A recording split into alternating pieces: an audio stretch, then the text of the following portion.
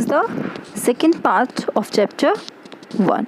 Okay, Constitution of India. Okay, I have explained it earlier, the Constitution of India.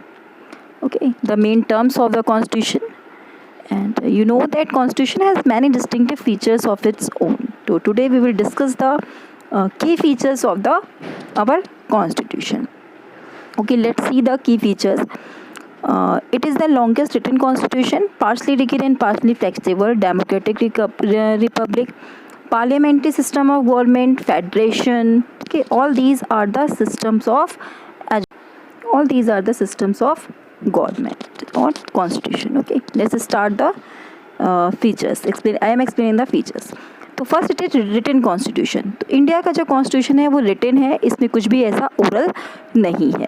Partially rigid and partially flexible means कि इसमें आप changes कर सकते हैं. Changes बहुत आसान नहीं होते हैं, लेकिन still you can do some amendments. Okay, now federal in structure but unitary in spirit. मतलब इसमें जो पावर्स हैं वो डिस्ट्रीब्यूटेड तो हैं, लेकिन उसमें एक यूनिटी भी है. जैसे कि आप देखते हैं कि एक सेंट्रल गवर्नमेंट है that holds the control in Delhi, and still there are state government. तो स्टेट गवर्नमेंट का अपने स्टेट में पूरा होल्ड होता है, and they are free to do their work in their respective states. Okay, और but the central government hold the country. ठीक है, पूरे कंट्री पे जो कंट्रोल होता है वो सेंट्रल गवर्नमेंट का होता है. तो इस तरीके से जो स्ट्रक्चर है वो फेडरल है, लेकिन साथ साथ यूनिटरी भी है.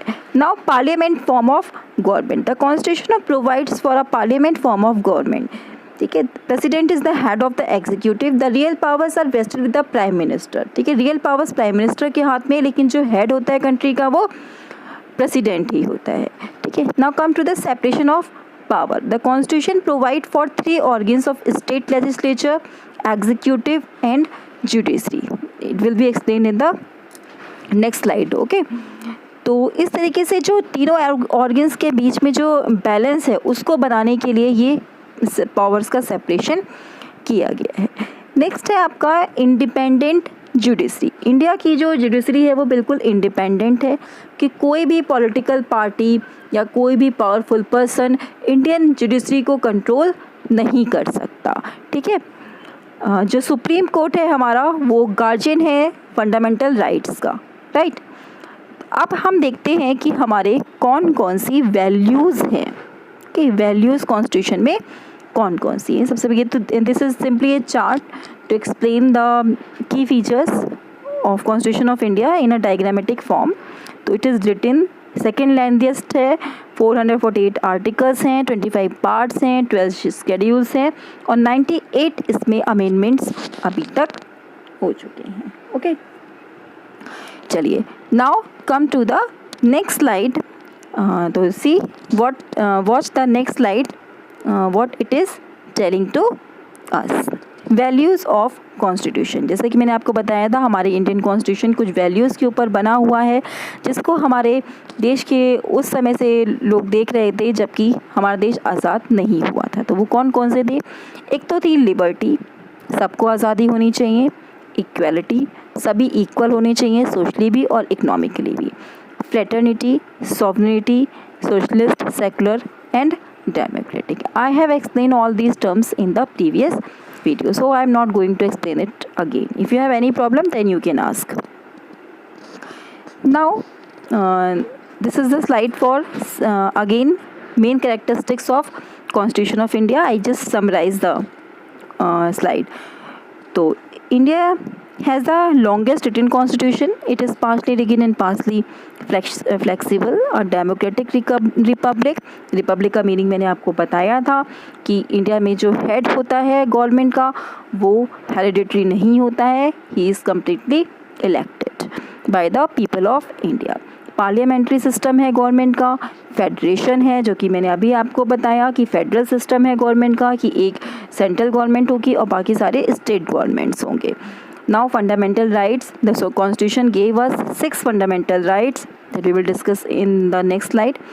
Directive principle of the state policy. तो ऐसा नहीं है कि हमारा जो स्टेट है, हमारा जो कंट्री है, वो कुछ भी अपनी मर्जी से निर्णय ले सकता है। तो directive principle just guide the just are the directions given to the central government and state government to adapt such policies which would help establish a just a society in our country। एक अच्छी society को establish करने के लिए country में directive principles हैं, वो केवल हमारी गवर्नमेंट के लिए हैं कि गवर्नमेंट किस तरीके से काम करे कि वो एक अच्छी सोसाइटी, एक वेल मेंटेन सोसाइटी को बना सके, राइट।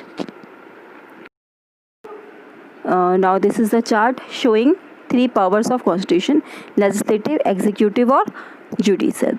ठीक है, लेजिस्लेटिव में आपके प्रेसिडेंट और पार्लियामेंट आ जाते हैं। पार्लियामेंट में 2 हाउसेस होते हैं, Rajya Sabha and Lok Sabha. Executive consist prime minister and the council of ministers who make the laws. Okay, judicial supreme court, supreme court के अंडर में हाई कोर्ट और हाई कोर्ट के नीचे आ जाते हैं आपके डिस्ट्रिक्ट कोर्ट। तो इस तरीके से जुडिशरी का बाइफर्केशन दिया हुआ है। Now next come to the fundamental rights, right to equality, right to freedom, right against exploitation, right to freedom of religion, cultural and educational rights, right to constitutional remedy. तो let's discuss about this type what this rights are. ठीक है, right to equality, तो इसका meaning क्या है कि सभी लोग बराबर होंगे, सभी को अपनी अपनी फ्रीली काम करने की आज़ादी होगी। ओके, और सभी लोग जो है वो बिल्कुल इक्वल होंगे कानून की निगाह में भी।